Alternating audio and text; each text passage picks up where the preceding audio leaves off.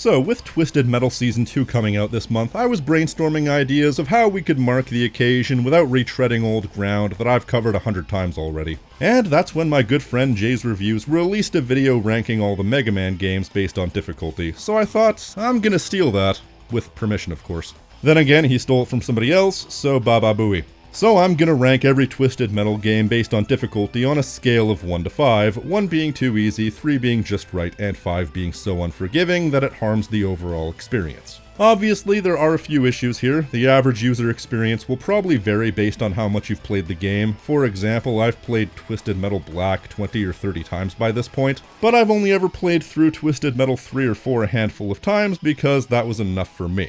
There's also the uncomfortable fact that almost every game has difficulty options. Obviously, someone's opinions on a game on hard difficulty is going to be different from somebody's opinions of the game on easy difficulty. So for the sake of argument, I'm going to assume the most average of average experiences, meaning we're basing these games off what they're like to play on normal difficulty as a baseline, and generally taking the overall experience into account as well. As far as the subjective experience, I can only speak for myself, so the results may vary. Oh yeah, and because why the hell not, I'm also going to be including both versions of Head-On, as well as the other vehicle combat games that Single Track made, those being Critical Depth and Rogue Trip Vacation 2012. Also, one more thing. I'm not sure if I do, but I do apologize if I sound a bit weird during this recording. This is my first recording after recovering from strep throat. I'm mostly fine, but it's still a little bit more difficult than usual. Of course, we start off with the first game in the series, Twisted Metal, colloquially known as Twisted Metal 1995. The first time I played this game, I was piss drunk. This game was very hard at the time, then I played it when I was sober and I realized it's actually pretty forgiving. Like most of the series, you're given 3 lives to get through the entire campaign, but with plenty of health items in the form of these healing pads that need to recharge but are never fully disabled, you're on pretty solid ground. Then you take a lack of levels and the fact that outside of the Suburbia level, you never actually have to fight too many vehicles, you can get through a campaign relatively easily. Plus, there are plenty of ways to cheese the difficulty, such as ramming, and even if you do run out of lives, you can always simply put the password that the game gives you to skip straight to a specific level. I can routinely beat Twisted Metal 95 in 30 minutes or so, with most of that being Suburbia, and I've been able to beat it with most vehicles on normal. The most trouble you'll have is with the single boss at the end, Minion, but to me that's always just been a battle of attrition. Line him up, load everything into him, and hope he dies before you do. And that's the lone bit of difficulty I have with the game at this point. I give this game a 2. It's not the easiest, but it does give you a bit of trouble.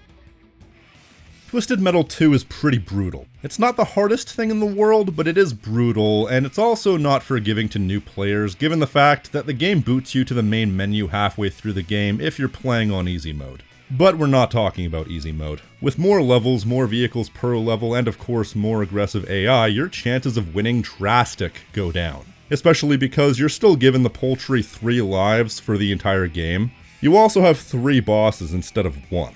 It took me a long time before I was able to beat this game legitimately, but I feel like these days I can do it relatively consistently with a good chunk of characters. Not all of them, though. There are of course some characters whose stats are so non-conducive to non-expert players that it's a complete shit toss if you can beat the game with them. The design is such that you're basically never not in the fight. If you run away from one fight, the ETA on your next fight will probably be less than 10 seconds. So you need to be on your toes as far as weapon management, and also where the heals are, because they took away the healing pads in favor of the healing items. But unlike the healing pads, this game doesn't tell you where the healing items are, so it's much more down to your experience and observation, which makes it quite a bit more difficult. However, much like Twisted Metal 1, you also have the password system where you can easily put a code in to take you back to whatever level you were on with all your lives restored. So brutal as this game can be, doable is definitely the word of the day. I give it a 4. Stopping just shy of ridiculous difficulty, it is still pretty up there.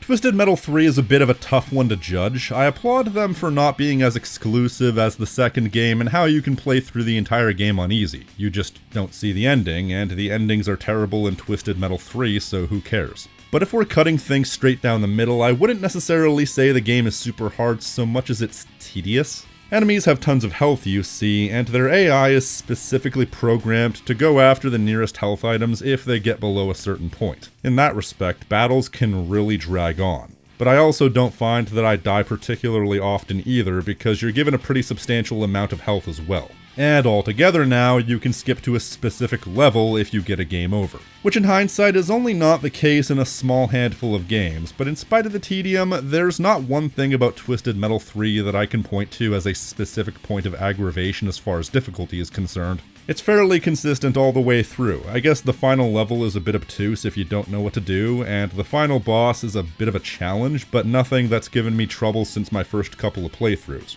Overall, I'd actually say that Twisted Metal 3 isn't bad as far as the challenge it provides, so I'm going to slot it in as a 3 out of 5. A fair and balanced challenge that will give you trouble, but not too much. Shame about the rest of the game, though.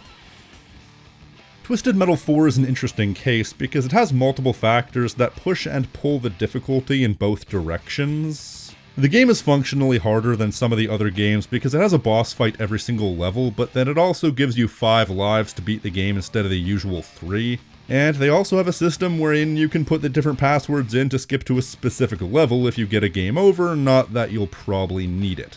But then most enemies are still damage sponges, which means in a battle of attrition, the odds may not favor you. Plus, they also still relentlessly target you exclusively, but there's also a way to cheese every single level that they give you a hint at in every loading screen. But with that said, there's also no difficulty options. Well, technically there is. If you beat the game on a specific save file, every time you beat the game subsequently, the game will get harder and harder, basically meaning the first playthrough is standard difficulty. I would give this game a 3 out of 5 because I feel like the majority of the game, despite being the longest standard Twisted Metal game on average, is fairly reasonable. I can fairly reliably get through it, except for one thing. I know I've talked about the final boss of Twisted Metal 4 probably a dozen times by this point, but I cannot overstate just how absolutely atrociously hard the final boss is. It can easily drain all your lives, all because of that stupidly overpowered special attack that can hold you in place and kill you in one shot. And I've been doing this for a while, so I've heard it all. Just use the warp code. That tracks you down. And you can only warp to one spot, and if the clowns are anywhere near that spot, you've essentially wasted your energy, figuratively and literally. Just use the shields. Those shields last for like 3 seconds, and the clowns are there for like 20. You never have enough energy, and Sweet Tooth can sometimes throw out multiple of these specials in a row. The only way I found to consistently be able to beat this boss is to game the system because it's so blatantly unfair. But for generally fair difficulty, leading into an absolutely atrocious final boss, this game can get a 4 out of 5. Which is fitting, and more to the point, unlike Twisted Metal 2, it's not even a fun 4 out of 5. I think Twisted Metal Black is the quintessential example of perfectly balanced difficulty within the series, but with that said, there's really not much to differentiate the difficulty options. There really isn't any distinguishable difference between easy, medium, or hard other than the amount of times you can use the healing pad. But with that said, it gives the game a pretty universal difficulty regardless of difficulty settings, and in that respect, I think it's just right. I can personally beat this game with any character, but for some of them, just barely. It's one of the longer games, taking roughly an hour and a half to beat, but it also doesn't have more levels than many of the games in the series, so it's simply down to each individual level taking longer, and that's largely because there's more enemies per level. As far as the enemy AI, they are probably the most actively geared towards attacking you and no one else than any other game in the series, but they're also not too tough. So you can fairly quickly take them out in a one-on-one battle, and they don't tend to try and heal. Besides, only you can use healing pads, and the actual healing items don't give you much health, and the fact that there are 2 types of healing items also benefits you. Even if you fail a level, you can instantly retry a level. No password required, and your lives are restored at the beginning of every level. So it's a win-win. It's hard, but it's fair. The difficulty does come with a bit of a caveat though, in that you can select specific levels at branching points in the game, and in one case you can pick Drive-In Movie, or in the other case you can pick Snowy Roads. Snowy Roads is a larger level with a healing pad. Drive-In Movie is a tiny level with no healing pads, however I vastly prefer Drive-In Movie.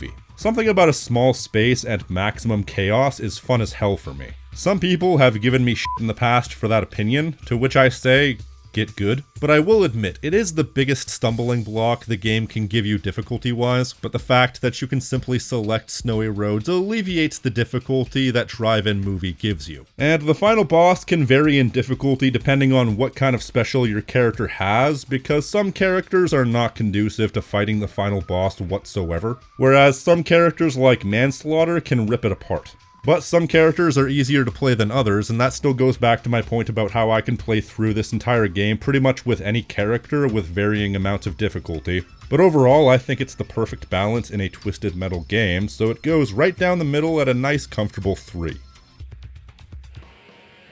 First of all, you may be confused about why I covered Twisted Metal Black before Small Brawl on this particular list, and if you are, I remind you that Small Brawl came out after Black by a factor of about 5 months, and we're going by chronological order. Twisted Metal Small Brawl is pretty easy. I wouldn't call it the easiest on the list because there are still some decently meaty challenges throughout the course of the game, especially as they really increase the number of enemies per level. And that final boss is actually pretty relentless. But even still, I would say this game is pretty damn easy. I would say there's no one particular reason why this game is as easy as it is. Whether it's the enemies not necessarily being as aggressive, weapons not doing as much damage, healing items being in abundance, I couldn't tell you which of these apply, if any.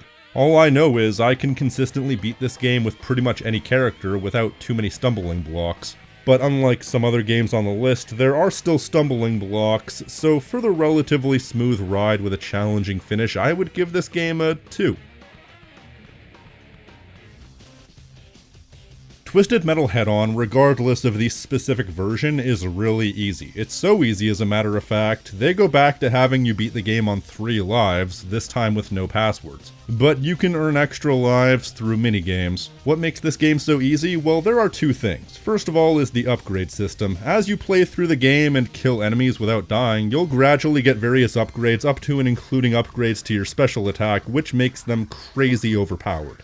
Second of all, due to hardware limitations, every level only has up to 5 other vehicles to fight, meaning that there's very little room to be overwhelmed, as even on the PS1 they could sometimes get up to 7 or 8. And with every level only having 5, there's no escalation. Plus, there are some little things, such as how with the level minigames, you have the possibility to get an amount of weapons that exceeds your weapon cap. It is essentially Twisted Metal on baby mode, and the only way to get an even slight challenge is to play the game on the hardest difficulty. The only thing that's slightly challenging is the final boss, and only because in this version he has a barrage of napalm cones that he can throw at you, but if you've gotten through the game up to this point with all the upgrades, you're probably in a good enough spot for that not to matter, and healing items are in abundance anyway. Twisted Metal Head-On is an easy 1 out of 5 on the difficulty spectrum.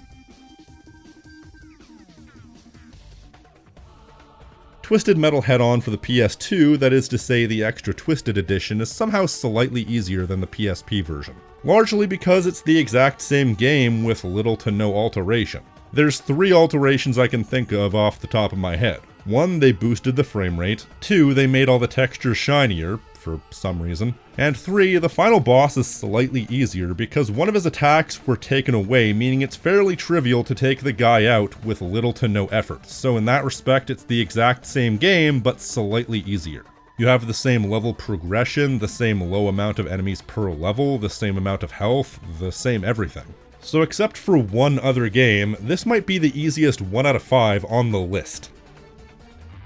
One day I'll be able to stop talking about Twisted Metal Lost, as quite frankly, I'm sick of having to talk about this half-finished husk as if it's a worthwhile entry into the series. It's not. It is essentially 3 levels glued together with a tissue-thin overarching plot. We won't be talking about Harbor City because since that game is literally unfinished, there's no way to judge its difficulty. As far as Lost, this is obviously built on the same engine as Twisted Metal Black, and as such would theoretically share a lot of the same qualities as that game, but I would disagree with that. Since there's only 3 levels, the campaign is over lightning quick, health items are in abundance, and you even have healing pads, although the healing pad in the first level is so out of the way you'd be mistaken for thinking the level doesn't have one. Plus, there's no boss at the end, it basically ends as soon as you play through the 3 levels. so there's no difficulty here. Playing through the game on normal with pretty much any character, you should pretty much have this game beat within 10 to 15 minutes. Is it fair to judge an incomplete game? As usual, no, but we're going to anyway, and in this case, the game gets a 1 out of 5. Easiest game in the series though? Well, quickest yes, but easiest not necessarily.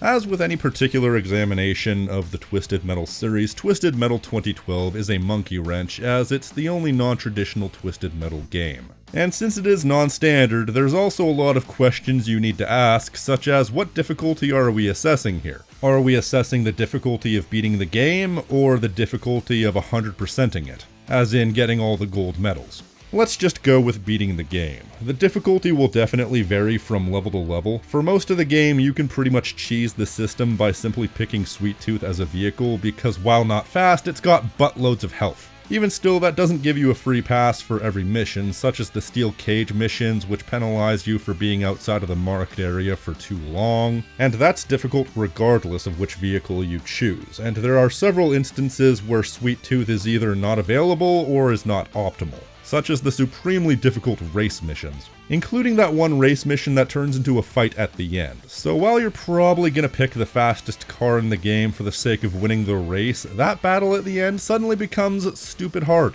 Then there are the bosses, all of which are hard. As you know, I believe Iron Maiden is the worst boss in the entire series because it's both hard and tedious given the fact that it takes you 20 minutes to beat. It's not a well-designed game as far as difficulty is concerned because it goes up and down consistently. It is in no way a steady uphill climb, but at least it ends with the most difficult level, Sweet Tooth's Carnival of Carnage. More of a stage than a boss fight, and that took me a while to beat. So if I had to put my finger on it, I would probably say this game deserves a 4 out of 5. When it's easy, but when it's hard, it's pretty relentless. And now we move on to the bonus entries on the list, the non-Twisted Metal games that were made by Single Track, starting off with Critical Depth, uniquely a submarine combat game. Believe it or not, I have never once in my life been able to beat this game legitimately. It is brutal with a capital B. Environments where people are able to attack you from all 360 degrees, attack sequences that can disable your ship for an entire attack sequence, meaning enemies can just straight up kill you without a second thought and with no way to counter, incredibly aggressive enemy AI, way too many enemies per level, and uniquely among Twisted Metal style games, you can lose a level without dying because the point is not to kill your opponent, it's to collect 5 capsules and get to the exit. But you'll probably still have to kill your enemies anyway. It's a fun game, but man is it impossibly hard. Unlike most games in the Twisted Metal series and even the genre, this game has 12 levels instead of 8, and you're expected to beat the game on 3 lives. And once again, showing maximum disrespect, if you're playing on easy mode, which is really the only sane mode, you get kicked to the main menu 2/3 of the way through the game. I don't know what they were thinking. The levels are split between levels that are so open it's near impossible to find cover, and levels that are so maze-like it's hard to navigate. If I had to put my finger on what exactly it was that made this game so hard, it's the fact that you have 360-degree movement, therefore 360 degrees of area to get attacked from. It's hard to keep track of every enemy you deal with when you only have 2 dimensions to worry about. Adding a 3rd dimension is overwhelming, quite frankly. Like I said, it's a good game, but damn is it hard. So there's no other place to put this particular game other than 5 out of 5. It is the hardest Twisted Metal or Twisted Metal adjacent game ever, and you can quote me on that. Was I saving the 5 out of 5 part of the list for this game? Yes. Yes, I was. Rogue Trip Vacation 2012 is pretty much the closest thing to a true successor to Twisted Metal 2 that you will ever get, and as such it feels very applicable as far as difficulty. It might even be a bit harder because there's a system wherein the only way you can heal is by paying $10,000 and you can only get the money by finding pickups or by driving the level tourist around to specific destinations. Which means you have to be focusing on multiple things, finding tourist spots and making sure you don't get rammed in the ass with a missile. With that said, I feel like the game sort of compensates with the difficulty because I don't find any particular character has too much health. So while you have to focus on multiple things, neither of those things are hard enough individually to kill the experience. So it's like Twisted Metal 2, but rebalanced with different mechanics, which puts Rogue Trip Vacation 2012 into a comfortable position of a 4 out of 5. And with that said, let's take a second to arrange these in proper order. It's funny, I expected there to be less spread in my case. Without really thinking about it, I expected most of the series to be in the 4 range, however it's fairly even. But I guess a couple of these spots were bound to be underserved if for no other reason than there weren't a ton of games to go around. And it's notable how my opinion of each game is completely incidental to how hard I think it is in most cases. Twisted Metal Black and 3 are side by side, and I quite frankly have opposite opinions of those games. Of course, it should be noted that difficulty in games are taken on a case-by-case basis. To take the example of the video that this was blatantly inspired from, a hard Mega Man game and a hard Twisted Metal game are two very different things because of the law of averages. Mega Man at its base level is known to be hard. So this is an inexact science at best, but it's still fun, and I hope you enjoyed the video. If you did, be sure to leave a like, tell me what you think in the comments section, subscribe, and hit the notification icon so you're always up to date on what I'm doing. I've been the King of Snark Style right here on Tactical Bacon Productions, and I will see you next time. Stay crispy, my friends.